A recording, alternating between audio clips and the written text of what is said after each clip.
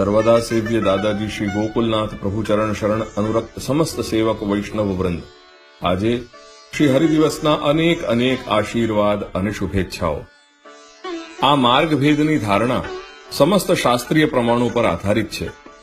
શાસ્ત્રની દૃષ્ટિથી એક સમસ્ત લોક વિષયક કે લૌકિક ચેષ્ટાઓનું મૂળ ચેષ્ટા કરતા જીવ ચૈતન્યના ઇન્દ્રિય તર્પણ રૂપ પ્રાકૃત સ્વભાવમાં તેમજ માત્ર લૌકિક પ્રયોજનની પૂર્તિમાં પ્રતિબદ્ધ રહેલું હોય છે।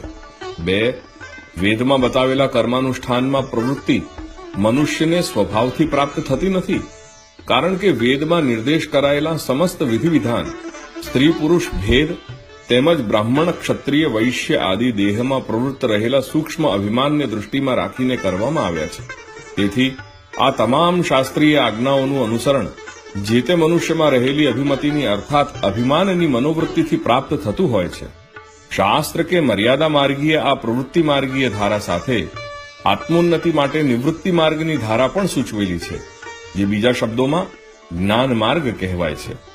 આ બંને શાસ્ત્રીય પ્રક્રિયા મર્યાદા માર્ગીય સાધનો માટે વેદમાં દર્શાવેલી છે। તેથી જ વેદ વર્ણિત આ પ્રવૃત્તિ અને નિવૃત્તિની ધારાઓને ભગવાન ત્રૈગુણ્ય વિષયાહ વેદાહ કહીને અર્જુનને સમજાવે છે।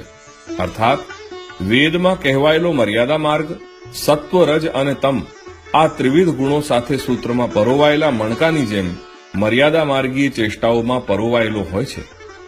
ત્યાં જ વેદશાસ્ત્રોમાં એક ત્રિગુણાતીત ધારા પણ દર્શાવેલી છે, જે જાગતિક ત્રણેય ગુણોથી ઉપર ઉઠી નિર્ગુણ કોટીમાં આવી સર્વ સમર્પણ સહિત ભક્તિ અને પ્રપત્તિની દિશા દેખાડે છે। આવા લોકાતીત નિર્ગુણ ભક્તિ અને પ્રપત્તિના માર્ગને જ શ્રી મહાપ્રભુ પુષ્ટિ માર્ગ કહે છે। તેથી શ્રી ગોકુલનાથ પ્રભુ ચરણ શરણ અનુરક્ત સમસ્ત સેવક વૈષ્ણવજન, આવો આપણે ક્રમશઃ આ માર્ગ ભેદ કે સાધન ભેદ, સર્ગ ભેદ કે સૃષ્ટિ ભેદ અને ફળ ભેદ કે પુરુષાર્થ ભેદને જાણી લઈએ કે જેથી પુષ્ટિ પ્રવાહ મર્યાદા ગ્રંથમાં રહેલા શ્રી મહાપ્રભુના આશયને સમજી લઈ તેને હૃદયંગમ કરી શકીએ।